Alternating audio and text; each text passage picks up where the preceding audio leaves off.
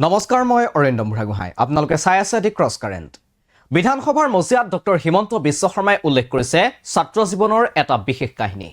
সদনৰ মজিয়াত ডক্টৰ হিমন্ত বিশ্ব শৰ্মাই কৈছে, কটন কলেজৰ নিৰ্বাচনৰ আগনিশা তেওঁৰ বিৰুদ্ধে বাতৰি প্ৰকাশ পোৱা সকলো কাকতেই হেনো তেওঁ কিনি পেলাইছে। কিন্তু কি কৰিছিল এতিয়াৰ মুখ্যমন্ত্ৰী আৰু তেতিয়াৰ ছাত্ৰনেতা হিমন্ত বিশ্ব শৰ্মাই? অখিল গগৈক হৰুৱাবলৈ কি ৰণকৌশল লৈছিল হিমন্ত বিশ্ব শৰ্মাই? কিয় সাধাৰণ সম্পাদকৰ প্ৰাৰ্থীক আলোচনী সম্পাদক পদত প্ৰক্ষেপ কৰিছিল হিমন্ত বিশ্ব শৰ্মাই?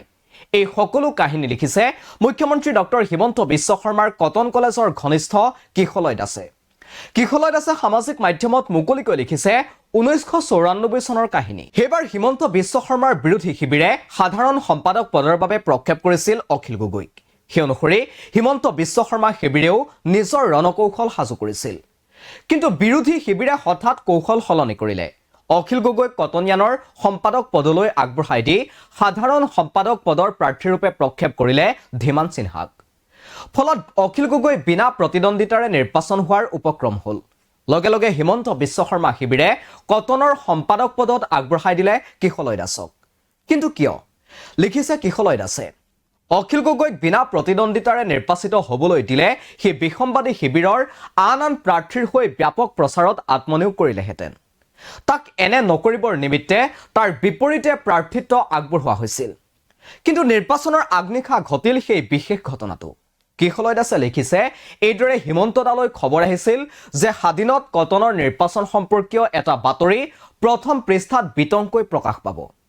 বাতৰিটোৰ শীৰ্ষত আছিল নিৰ্বাচন কটন কলেজত, ব্যস্ততা চাৰ্কিট হাউচত। শিবিৰৰ বিৰুদ্ধে অজস্ৰ অভিযোগেৰে বাতৰিটো পৰিৱেশন কৰা হৈছিল। বিসম্বাদী শিবিৰত সেই সময়ত আনন্দৰ বন্যা।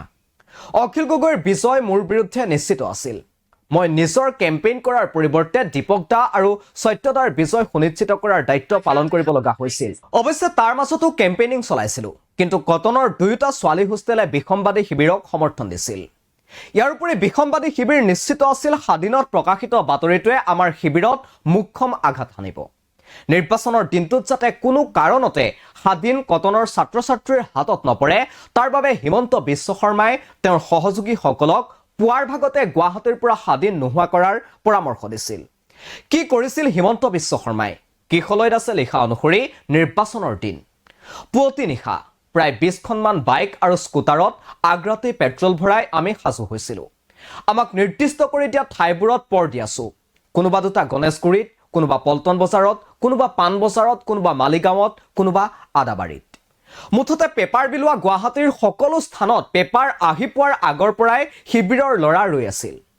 ঠিক পেপাৰৰ গাড়ীয়ে পেপাৰ দি গৈছিল আৰু প্ৰত্যেক স্থানৰ প্ৰতিজন হকাৰৰ পৰা সকলোবোৰ স্বাধীন কিনি লৈছিল।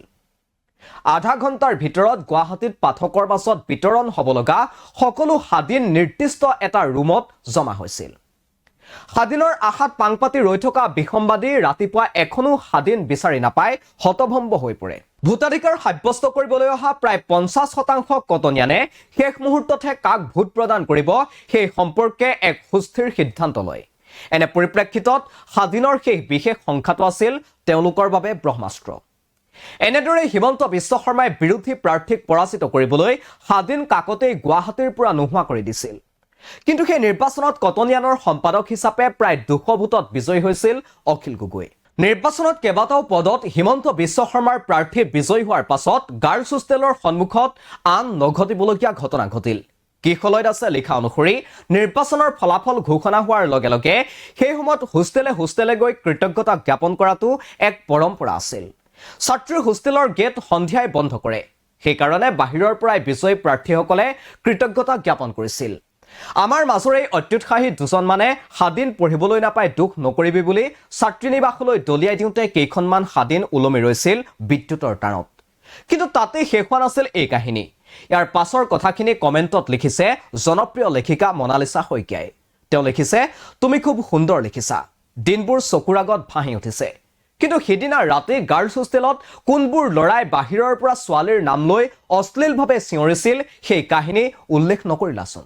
লেখক কিশলয় দাসে উত্তৰ দিছে এইদৰে, পিছদিনা দীপক দাহঁতে ছাত্ৰীনিবাসলৈ গৈ ভুল স্বীকাৰ কৰিব লাগিছিল।